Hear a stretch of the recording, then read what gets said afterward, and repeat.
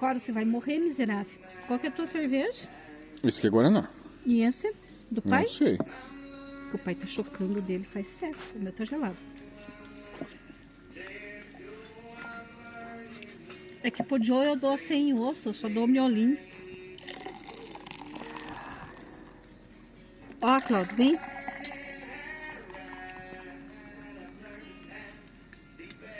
Matou o boi ou não matou? Mordi com esse, que eu não deveria ter mordido. Ó, pega aqui. O que eu...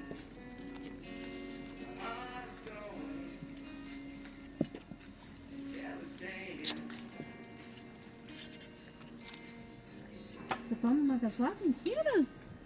Tô tomando. Com tudo a cerveja que você toma é muito misturada, Pia. Só tomei 2 cervejas. Você que tá tomando desde ontem Não, cerveja. não. Eu tomei uma, tomei essa aqui agora. Aham. Sei.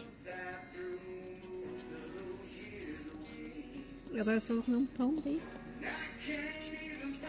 O Joe fica olhando com aquela cara de coitado que não nem comeu nada. Comeu 4 pedaços de tora de carne.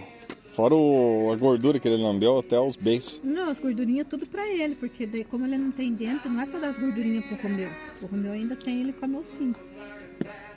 Né, Romeu?